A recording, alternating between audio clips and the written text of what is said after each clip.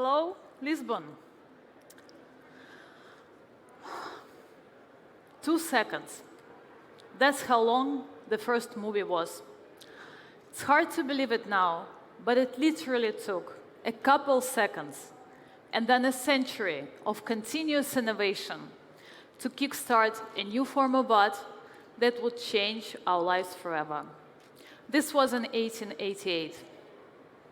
Just a few years later, this 50-second long silent film overwhelmed the first moviegoers. Images of this train caused a scene of total panic, and people fled the theater where the movie was premiering. Could they imagine that their great-great-grandchildren, us, would spend their evenings binge-watching Netflix? Or that Nolan's Interstellar would make us feel we've seen the space? I don't think so.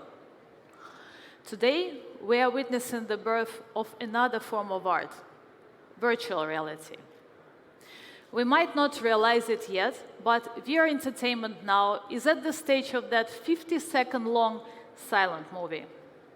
We still need to find the narrative, and the tech still needs to catch up. But we are getting there. So for the next 20 minutes, I'd like you to join me in imagining the worlds that we can create in VR. Should we turn off the gravity, or even make it an underwater world? Should it be inhabited by intelligent aliens? Should I look like one of them? Now that we have this setting, what can we do with it? Would you like to experience it alone or together with someone else? Friends or strangers? Do we need music? Other sounds? What should I do in this underwater world that I can't do here in Lisbon? I don't have the answers yet, but I know where to look for them. If the history of film has taught us anything, the lesson is only great narratives combined with breathtaking visuals and compelling sound can open up the potential of the new technology. To find them, we need to bring on board great artists, directors, musicians, producers, and storytellers. Work together, create together. Our job as tech companies is to offer them the canvas and help them realize their wildest dreams. And this has been the vision of Sensorium from day one, empowering the most creative people on the planet. For the last 2 years, this vision was the foundation of our collaborations with some of the brightest minds of our times. From renowned show producers who worked on the biggest entertainment and commercial productions of the last decade, to creators behind the Cirque du Soleil, to Jay-Z's Rogue Nation, to a number of chart-topping artists. Today, we've announced a next-level partnership with a living legend, a visionary, someone who's dreamed of the future not once, but many times, a pioneer whose concert broke multiple Guinness records in attendance, someone who can gather 75 million people to watch his first VR performance on the New Year's Eve, someone who even has an asteroid named after him. Sasha, are you talking to me about me behind my back? Well, we must confess then. I guess the cat is out of the box now, and I would like to tell you how excited I am super excited to get this partnership with Sensorium Galaxy and to explore all together the endless possibilities of sound and music in VR. And just like Sasha said, virtual reality is a blank canvas, and now and therefore it's a blessing for us artists. Shall we take a seat? Well, it's been hard to keep it under wraps, and I'm so happy that we can finally put it out there. You know, Jean-Michel, from the moment we met, I was amazed by your vision of virtual and augmented reality and how you clearly see our future enhanced by this technology. What makes you such a big believer in VR? You know, Sasha, I'm really convinced that VR is the beginning of a new era. Old rules no longer apply because now imagination is the only limit. There are no physical constraints, even no more gravity, and no rules set in stone. As an artist, it's incredible that I can use this medium to create fabulous environments and to also be coming straight from my imagination. My imagination is the limit. And every single detail of the performance, like sound design, lighting, the overall feel, and even how I look can be changed and reinvented. And instead of thinking of a way to design the stage, I can dream up new worlds that perfectly reflect my vision. And this is so exciting. Of course, we don't have all the tools yet, but I'm sure that we are on the way. And with Sensorium Galaxy, I can tell you that we are preparing lots of very exciting items. And soon enough, we will be able to build multi-dimensional environments that reflect our vision and with full creative control. And do it from the comfort of our homes, just like we produce music today. And another important feature that VR offers me as an artist is the ability to interact with my fans on a new level. Instead of doing an Instagram stream, for instance, sitting in front of my smartphone, I would be in the same virtual room with them, sharing experiences. We would be able to have meaningful interactions, not one-way communication where I talk and others can only react with emojis or short comments. And I'm pretty sure the demand will be quite high, taking into consideration your creativity and fluency in high-tech storytelling. Yeah, this is actually one more thing I wanted to touch upon. VR also needs new narratives, and we are the ones who can develop them. You see, the major difference we have at the moment between VR and other art forms like a movie or a book or a song is that those are all linear events. They have a linear narrative.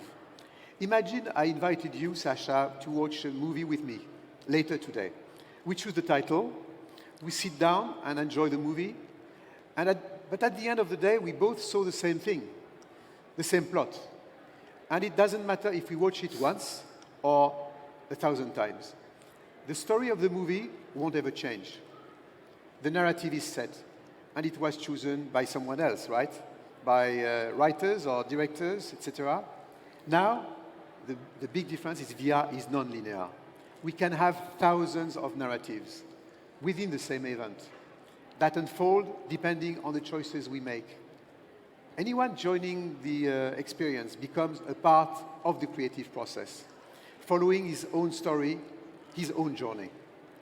And as artists, we can come up with as many narrative alternatives as we want, to the point where the experience of each user becomes truly unique.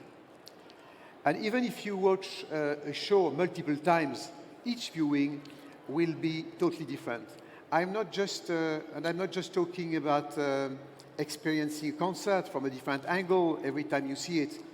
What I mean is influencing it, transforming the decor and having new creative encounters. As a result, the new narratives will emerge as a product of the artist-fan interaction. And I feel like we are the pathfinders of we are slowly actually building many of those tools. Exactly. And you can't imagine how much I want to see what we come up with. Overall, I keep thinking of all the new things that will be available for fans thanks to virtual reality. They would experience your performances from so many different angles or even see it through your eyes, watching the crowd going ecstatic. Then the fans will also be able to influence the shows. Depending on how they express their emotions, you would get immediate feedback there will be the same connection that makes live shows stand out. But all this is impossible, of course, without a carefully designed environment. And immersion is the key. But you see, when we think about it, we are mainly referring to the visual environment. But the sound is not less important. It's not because I'm a musician I'm saying this. But you know, Alfred Hitchcock or Quentin Tarantino would say that sound is 50% of a movie. I would say that in VR, it's even more. And sound plays a major role in the sense of immersion. And for VR, with Sensorium Galaxy, it doesn't make sense to speak just about stereo or mono anymore. Ambisonic, binaural, surround sounds, and multi-channel sounds. These are the sounds of the future and the sounds of VR. You know, it's like creating sounds for electric cars. It's naturally totally quiet. So to make it safe for pedestrians, for us, manufacturers deliberately equip them with sounds. And they can technically choose any sound with for this purpose. Same with VR. You can create any kind of noise, music, etc., for your own virtual environments. And soon, I really hope musicians will take advantage of this new medium and new techniques that come with it. Newcomers and emerging artists should be thinking of creating with these binaural multi-channel sounds, and with this approach, I believe that very soon, stereo will be, you know, like mono was for grandparents, a sort of a gramophone of the 21st century. You were talking about autonomous cars, and I thought of autonomous virtual artists. When I'm talking about AI-generated music, I imagine it like a big cookup. You feed the AI base millions of samples from countless artists, from drum beats, synth pads, bass lines. Then AI combines them to create infinite streams of music that never repeat or end. What's really mind-blowing is that we can now put this technology into virtual bodies, creating individual looks that reflect their music and personalities. These virtual artists share their music with you, and they also can talk to you in VR and hang out with you just like real people do. And by talking, I mean literally discussing any topic, from best cities in the world to visit to the topics of free will or even the meaning of life. And even today, when creators more than ever are appealing to their fans directly through social media or live streams, it's a new phenomenon. Someone whose music you enjoy is now always within reach to interact with you.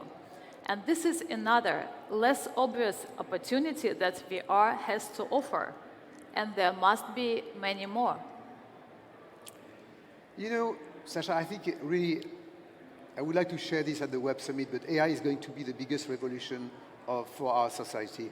I mean, everybody's talking about it here, and for artists like us, it's even more true. And having a digital version of myself, for instance, or another AI-driven DJ performing next to me in VR is magical as the technology gets. AI is a great tool to augment creative possibilities. We should embrace it and not having this dystopian vision of the future where virtual DJs and AI would bring real musicians to an end. It's simple, just like AI-driven artists will not replace real-life performers, VR is not a replacement for our real-life experiences. And VR won't kill concerts or music festivals. Of course, it will reinforce them like cinema did for theater or TV for cinema. You know, in the beginnings of cinema, people didn't think that actors on the screen were real actors. Because for them, real actors were those performing in real time on a stage and in front of real audience. People also were afraid that cinema would make theaters obsolete. Of course, cinema became the major art form we know. And cinema, television, theater, streaming platform are coexisting rather peacefully. Exactly. And you know, today in 2021 and soon 2022, VR is in the same position. It has to be seen as a new medium, generating new creators, new techniques, and new ecosystems for future creativity. Actually, as fans, how many of us wished could go to more events of our favorite artists? I'm sure many of us. But it's either too expensive, impossible to get tickets, or not convenient to keep flying all over the world. And let's face it, we don't have unlimited amount of time either. Yeah. In the end, you always have to sacrifice something, but not in VR. With VR, we will be able to have more of what we like. The events, the interactions, the feelings you get from events, and so on. You know, I think it will be funny for future generations to think about this conversation. Probably they will be amused at how backwards we seem now. But you're right. VR does seem to play the role of an equalizer. I truly believe that art should be for everyone. Everybody thinks the same. But you know, today, too many people are still kept out of many experiences. Think about it. The real world has so many barriers. Concerts, for instance, have stages. Museums have rooms and stairs. And if you want to go to a certain event, you have to drive your car or to take the metro to get there. VR is a major leap forward for accessibility. And imagine someone who is isolated geographically, socially, or due to a handicap, being able to be a part of the same event at the same time. This is a democratization of events and experiences. It's quite the game changer. I agree. And also, on the other hand, anyone in the virtual world can be whoever they want. You can pick an avatar or a virtual alter ego and live out the life you always dreamed of. Young and handsome, mature and wise, alien-like, whatever reflects your inner world or mood. And it's not about hiding behind the virtual facade, but actually becoming the person you always wanted to be. And this way, social labels don't apply. We can connect with others based on who we truly are and not be judged by what we're wearing, how we look, or social status, or how much money we appear to have. Some will say that technology is still out of reach for many people, and that's true. High-end equipment is still expensive. But technology like 5G and edge computing is progressing fast, and we believe that soon entering a VR experience will be more affordable. You know, here is the last thought I want to share with you all, and maybe it's the most important one. I believe that once VR becomes widely available, we will start connecting the dots and realizing, okay, VR was the missing link to bigger things, like metaverses. I know everybody talks about this world, and it's becoming a kind of buzzword. But very few realize what the key component is. The realization starts with understanding what's wrong with social media today. Right now, people are slowly realizing that for Facebook, Instagram, for instance, and other platforms, we are just products or spectators, not actors and creators. That's why so many young people are abandoning these social networks, and very soon they should be a thing of the past, obsolete. Who is talking about MySpace today, for instance? Mm-hmm. On the contrary, virtual reality and metaverses will offer the feeling of presence and the nudge to act and co-create, not just scroll through other people's polished experiences. People want to be at the center of their own narratives, not just the silent spectators. Make and share the memories with people from across the world and all social backgrounds. This is how next generation social platforms will work, and VR is essential for building them. You actually just said a very important word here, sharing. The idea behind the metaverse that makes it so attractive is that it brings people together around the things they enjoy the most and lets them share these experiences. Today, entertainment in some ways become an isolated experience. We stand in front of a screen and passively consume content.